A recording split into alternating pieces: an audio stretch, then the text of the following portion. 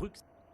Il est 7 heures. Bonjour et bienvenue dans ce journal. Très excité de vous savoir nombreux pour suivre en direct cette édition d'information. Merci de votre fidélité au programme de la télévision nationale congolaise. Dans l'actualité, le président de la République séjourne à Bruxelles. Félix-Antoine Tshisekedi Tshilombo va participer à la deuxième édition du Global Gateway Forum, un cadre qui vise à approfondir les dialogues sur la matière de renforcer le partenariat stratégique grâce à la connectivité en répondant aux défis géopolitiques et géoéconomiques. D'autres détails dans ce reportage.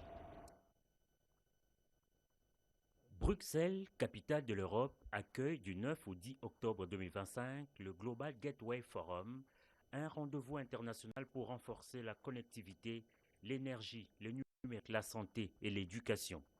Des chefs d'État et de gouvernement, des représentants d'institutions financières multilatérales et des dirigeants du secteur privé séjournent dans la capitale belge pour participer à ces grands événements. Un événement qui verra la participation de la République démocratique du Congo représentée à son plus haut niveau. Arrivé à Bruxelles ce mercredi en fin d'après-midi, le président de la République Félix-Antoine Tshisekedi Tshilombo a été chaleureusement accueilli à sa descente d'avion par l'ambassadeur de la RDC près le Royaume de Belgique et le comité d'accueil restreint rangé sur le tarmac. Accueil chaleureux des officiels, mais aussi de la diaspora congolaise vivant à Bruxelles, amassée au sortir des installations aéroportuaires.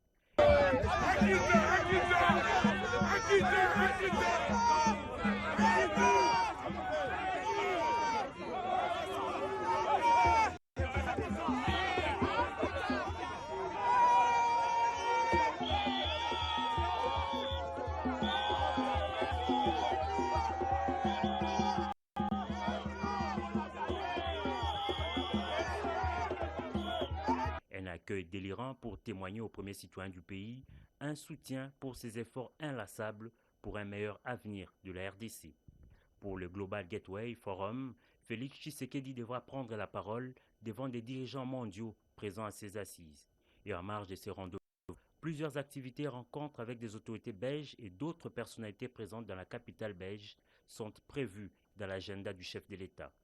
Lancé par l'Union européenne, ce Global Gateway Forum se fixe pour objectif mobiliser jusqu'à 300 milliards d'euros d'investissements publics et privés d'ici à 2027 pour construire des liens durables, fiables et au service des citoyens de la planète.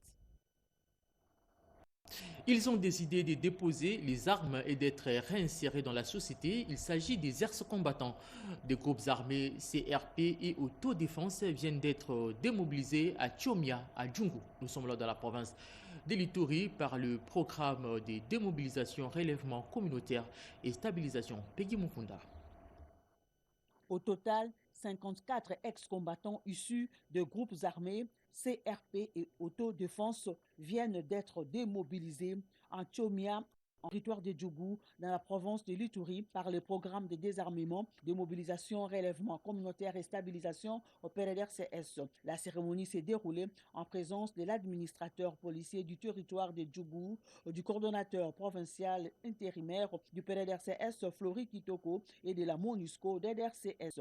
Pour le coordonnateur provincial du PRDRCS ad intérim Flori Kitoko, cette étape s'inscrit dans la continuité du processus des opérations de démobilisation en cours dans les territoires de Djougou et du Romo, tel qu'annoncé récemment par le coordonnateur national du PDDRCS, Jean Dédieu Désiré Ntangatita, lors de sa dernière mission en Ituri. Après avoir reçu leur carte de démobilisation, ces ex-combattants seront bénéficiaires de projets de réinsertion et intégration au sein de leurs communautés respectives. Ces projets sont financés par la MONUSCO DRCS à travers les fonds de cohérence pour la stabilisation et mise en œuvre par les ONG locales et les associations pour le développement. Ces initiatives visent à consolider la paix et la stabilité en Ituri en offrant aux ex-combattants une alternative durable aux groupes armés selon la vision du chef de l'État, Félix-Antoine Tshisekedi. Fluctuation des taux d'échange sur le marché a également influencé les prix du litre du carburant à la pompe. Dans la zone ouest de la capitale congolaise, le litre passe de 2990 à 2630 francs congolais, tandis que le prix du gasoil diminue de 2890 à 2680 000 francs congolais. Constat de nos reporters qui étaient sur le terrain. Kimatundu. Le prix du carburant à la pompe a été revu à la baisse dans la zone ouest de la République démocratique du Congo. L'annonce a été faite mardi 7 octobre 2025 par le vice-premier ministre, ministre de l'économie nationale, Daniel Mukoko Samba. Selon lui, cette baisse du prix du carburant résulte d'amples négociations entre le gouvernement de la République et les pétroliers. Il est donc convenu que le litre d'essence coûterait 2690 au lieu de 2990 francs congolais et celui du gasoil vendu auparavant à 2980 francs congolais coûterait désormais 2680 francs, soit une réduction de 10%. Constat fait sur le terrain, cette mesure du gouvernement de la République peine à s'appliquer dans certaines stations-service. Certaines stations-service refusent de vendre du carburant aux automobilistes, d'où la réaction de quelques motards trouvés à côté d'une station-service.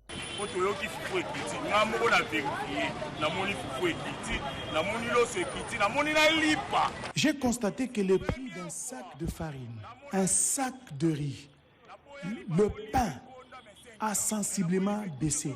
Et nous, les motards, si on baisse le prix du carburant, vous allez constater, nous allons aussi baisser les prix d'une course.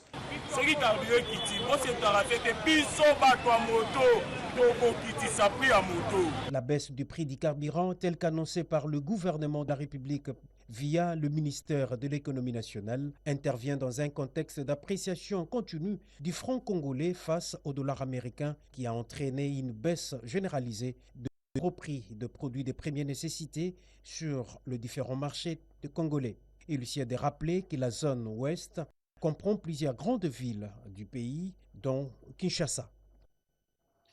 Un reportage signé Ricardo Bambeka. Autre chose à présent, le moratoire autorisant les étrangers à exercer les petits commerces et commerces de détail expire déjà le 15 septembre prochain.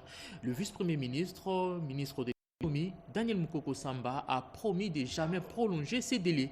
C'est la raison qu'il a personnellement lancé le mercredi dernier les travaux de révision du cadre réglementaire relatif aux petits commerces et au commerce des détails. Objectif poursuivi dans cette démarche est de doter les pays d'un cadre réglementaire adapté aux réalités des terrains. Redépendant pour les détails. Dans 5 jours, les participants à ces travaux doivent produire des solutions qui s'imposent à la situation actuelle afin que le petit commerce revienne dès le 15 novembre 2025 exclusivement aux Congolais. Le gouvernement a pris la ferme décision de supprimer les moratoires qui accordaient une possibilité aux étrangers d'exercer les petits commerces et les commerces de détail. Avec fermeté, le vice-premier ministre et ministre de l'économie nationale a fait comprendre l'ampleur de la question aux participants. L'objectif de cet atelier, c'est réaffirmer la volonté du gouvernement de la République d'assurer l'effectivité de cette exclusivité en faveur des nationaux, tout en veillant à ce qu'elle ne compromette ni le climat des affaires, ni le pouvoir d'achat des populations. C'est bien cet équilibre-là qu'il va falloir réaliser. Pendant son mandat à la tête du ministère de l'économie nationale, Daniel Mukoko Samba veut s'impliquer pour accélérer l'adoption des textes législatifs qui viendront révolutionner le cadre juridique. Il a appelé le participant au sens du patriotisme. Vos contributions seront donc à ce titre essentielles pour consolider la souveraineté économique de notre pays et protéger les intérêts légitimes de nos concitoyens. En déclarant ouvert les travaux de cet atelier, je vous invite à travailler avec rigueur, avec responsabilité et avec patriotisme. Jusqu'à la fin du moratoire, les étrangers étaient autorisés d'exercer le petit commerce et les commerces de détail dans les domaines des supermarchés, pharmaceutiques, la restauration et l'hôtellerie, distribution de boissons et des véhicules neufs. Et corrigez avec moi, le moratoire va expirer le 15 novembre prochain et non septembre.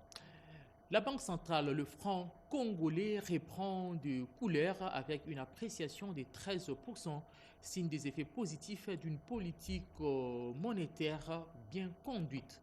Sous la supervision du gouverneur de la Banque centrale, André Ouamesso, le comité de politique monétaire a décidé d'abaisser le taux directeur de 25% à 17,5%, une mesure qui vise à stimuler davantage l'activité économique tout en consolidant la stabilité macroéconomique. Dada Chabani pour les détails.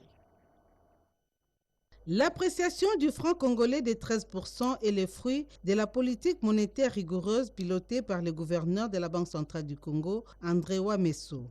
Pour lutter contre la volatilité du taux d'échange de la monnaie nationale, la Banque centrale du Congo a mis en musique tous les instruments de politique monétaire, parmi lesquels les réajustements de son taux directeur et du coefficient de la réserve obligatoire en francs congolais comme en devises. Au cours d'une conférence de presse tenue par le gouverneur de la Banque centrale du Congo, à côté de ses deux vice-gouverneurs, Dieudonné Fikiri et William Pambou, sous la modération de la conseillère en communication Adrielle Elongo. L'autorité monétaire a explicité les décisions prises à la réunion du comité de politique monétaire qu'il a présidé. Le comité de politique monétaire a pris les décisions suivantes. Baisser le taux directeur de 750 points de base, soit 7,5%, ramenant celui-ci de 25% précédemment à 17,5%, afin de soutenir la dynamique de désinflation observée ces derniers mois et d'encourager le financement de notre économie. Parallèlement, le taux sur les facilités de prêt marginales passe de 30% à 21,5%. Les coefficients de la réserve obligatoire demeurent inchangés. Pour la réserve obligatoire constituée en monnaie locale, c'est 12% pour les dépôts à vue et 0% pour les dépôts à terme en monnaie nationale. Enfin, les comités de politique monétaire encouragent ainsi les opérateurs économiques à dénouer leurs transactions en monnaie nationale, question de tirer profit du comportement de la nouvelle dynamique du taux d'échange. L'appréciation de la monnaie nationale concrétise ainsi l'engagement du gouverneur André Ouamesso de redonner la confiance à la monnaie nationale pour faire de la Banque centrale une véritable autorité monétaire. Et la chef du gouvernement, Judith Souminois, a procédé au lancement officiel de la 10e édition d'Expo Béton au Centre culturel et artistique pour les pays d'Afrique centrale à Kinshasa, placé sous le thème 100 milliards de dollars pour rétablir la République démocratique du Congo post-conflit, catalyser une transformation audacieuse pour le 21e siècle. Chimène Dondo pour les détails. Un nouvel élan de reconstruction se dessine à Expo Béton. Face aux bâtisseurs et partenaires internationaux, la première ministre Julie Soumino Toulouka a lancé ce mercredi la 10e édition d'Expo Béton, placée sous le thème 100 milliards de dollars pour rebâtir la RDC post-conflit, catalyser une transformation audacieuse pour le 21e siècle. Dans son discours lu au nom du président de la République, le chef du gouvernement a tracé une ambition claire: transformer les cicatrices de la guerre en fondation d'un renouveau durable. Le thème de la présente édition n'est pas une incantation, c'est un cap mobilisateur, un contrat collectif et un devoir de résultat. Il exprime notre volonté de convertir les cicatrices de décennies de conflits en opportunités tangibles de renaissance nationale, d'adosser la paix à la reconstruction et la reconstruction à une croissance durable, inclusive et résiliente. La chef de l'exécutif central a mis en lumière les avancées concrètes du programme de développement provincial PDP et du programme de développement local PDL 145 territoires, la réhabilitation des milliers de kilomètres de routes, la construction de centaines d'écoles et la réduction progressive des inégalités régionales.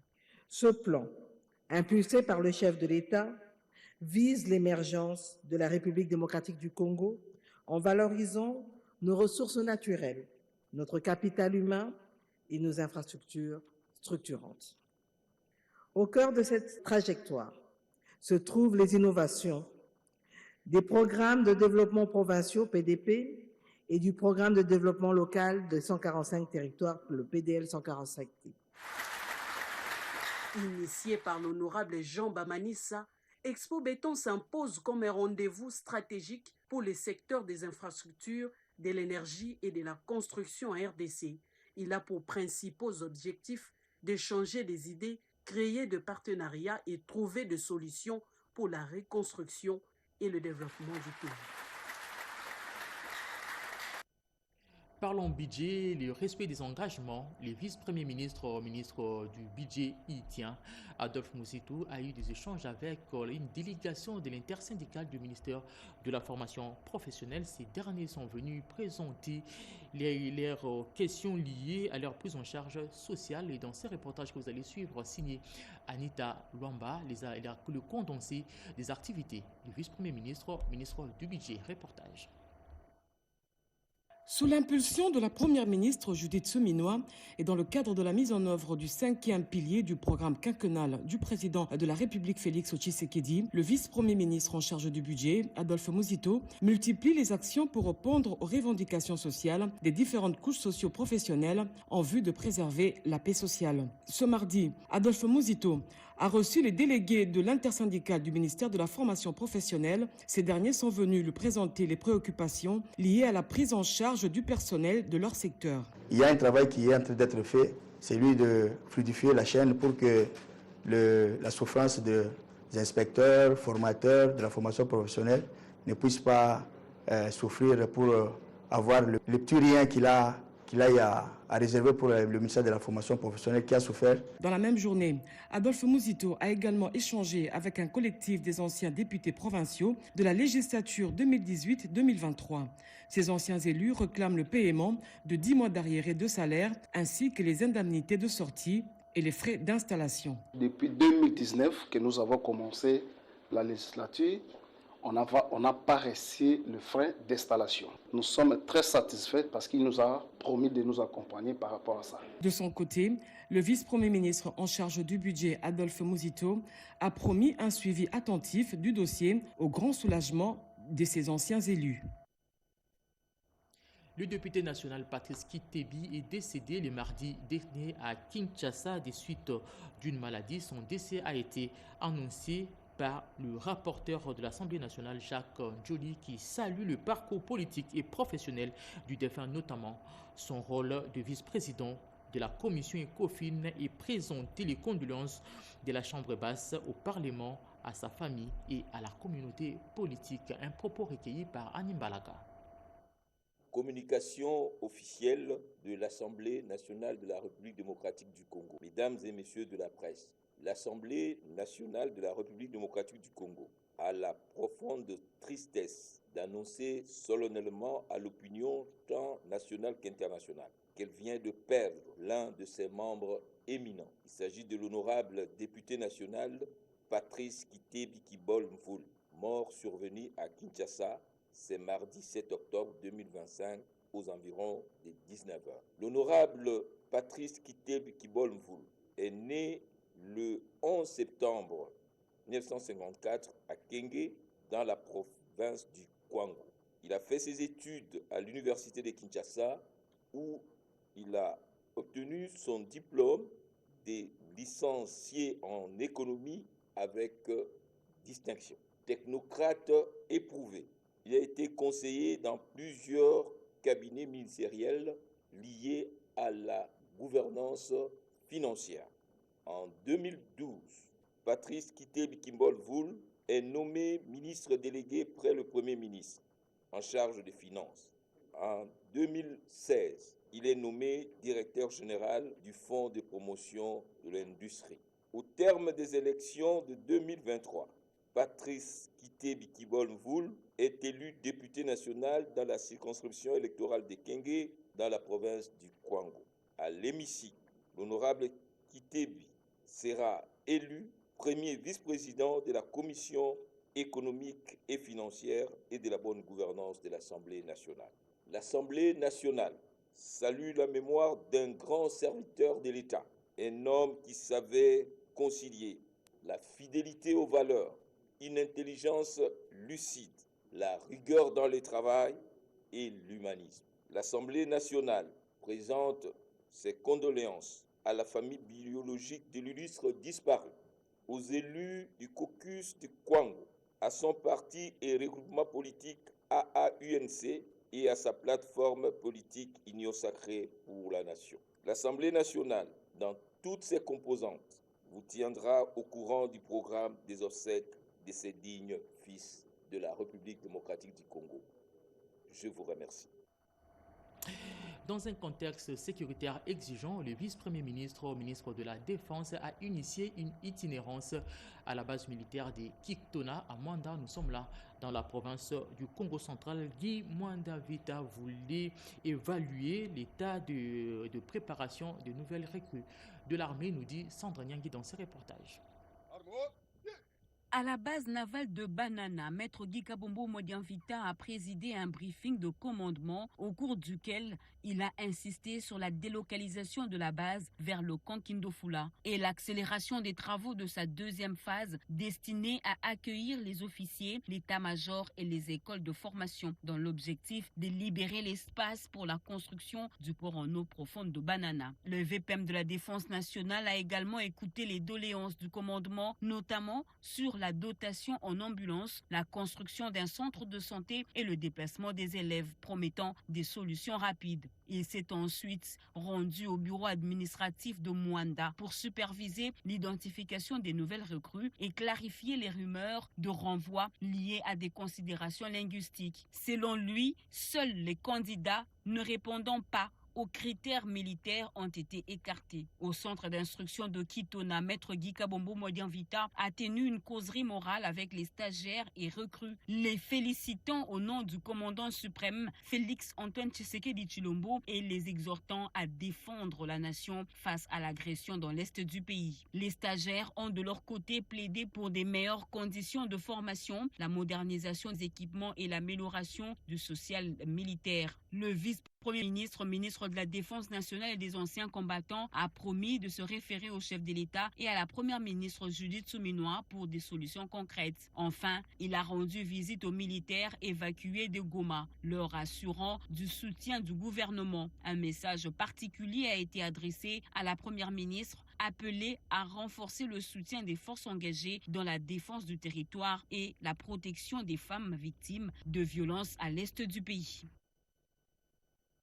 Kinshasa, le ministre du Tourisme a reçu en son cabinet de travail une délégation d'investisseurs égyptiens du groupe Media House venu lui présenter un ambitieux projet de construction d'un grand parc d'attractions international d'une capacité d'accueil de plus de 100 000 visiteurs par mois, nous dit William Tunakov dans ses reportages.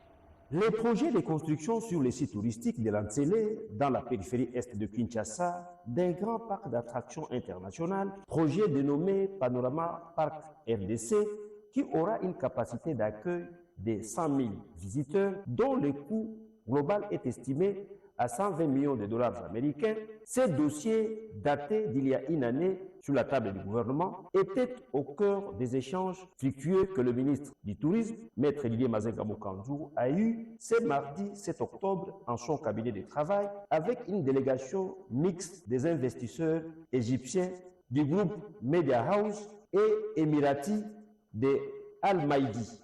Les conseillers juridiques de cette société expliquent. Ces deux sociétés tiennent le projet d'érection du plus grand parc d'action d'Afrique centrale.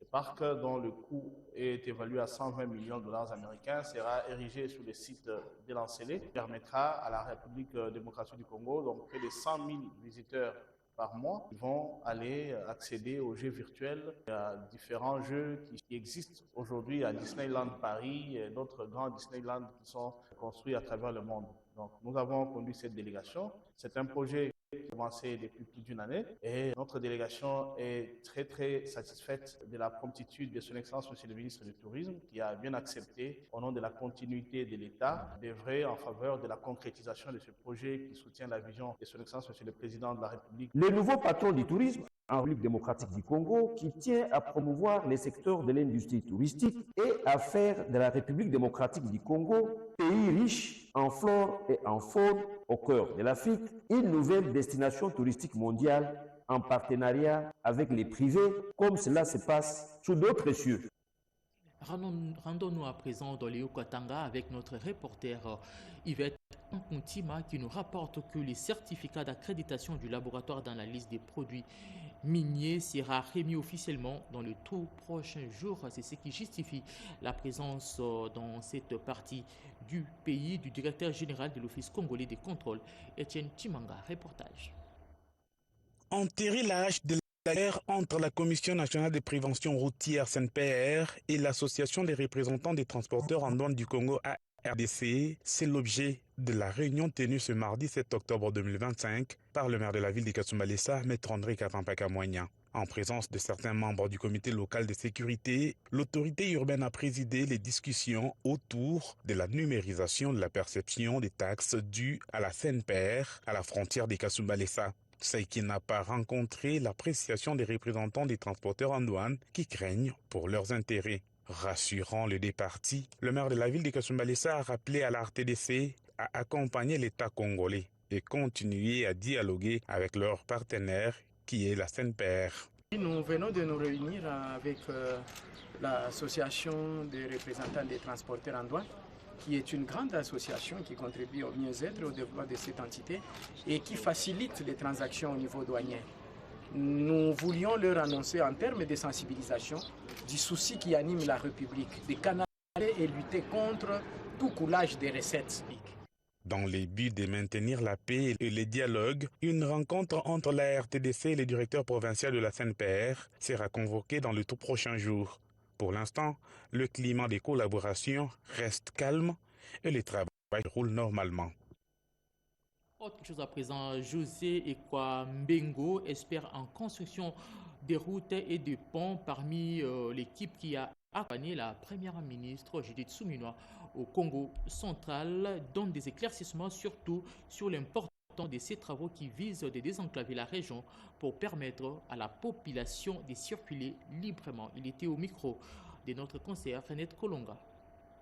La construction des routes principales et secondaires constitue la priorité des infrastructures socio-économiques de base pour la République démocratique du Congo. Les récents voyages de la première ministre Judith Suminwa Tuluka dans la province du Congo central a concerné entre autres de s'imprégner le niveau de réalisation des infrastructures dans le cadre du PEDEL 145 territoires. José Ekwambengo espère en construction des routes et ponts faisant partie de l'équipe qui a accompagné la chef du gouvernement de la République Judith Tuluka au Congo central pour le lancement officiel des travaux de construction fait une lecture de quelques détails de cette mission. Ces travaux visent à désenclaver la région, booster la diversification de l'économie locale et intégrer le Congo central au plan régional afin de permettre à la population de circuler librement suivant la vision du chef de l'État Félix-Antoine Tshisekedi Tshilombo.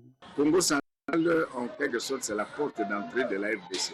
Tant qu'on ne fait rien dans le Congo central, le développement de la RDC aura beaucoup d'handicaps. C'est pour cette raison qu'il faut commencer par la tête. Et la tête, c'est l'entrée à partir des bananes. Il y a un trafic important entre la RDC et l'Angola à travers l'enclave de Kabila. Et nous voulons les désenclaver à partir de la RDC. La politique du gouvernement, président de la République, est que ouvrir toutes les voies d'accès de la RDC avec les voisins. Et ceux qui sont commis pour l'exécution des travaux, ils s'exécutent. Les bénéficiaires, c'est la population. Chacun doit protéger cette route-là, ne pas jeter les immondices, ne pas jeter les eaux usées. Il ne faut pas obstruer les caniveaux. L'autorité, avec les services de sensibilisation, doit faire le travail pour sensibiliser la population. La population principale bénéficiaire de ces programmes l'a témoigné et soutient l'action menée par la première ministre.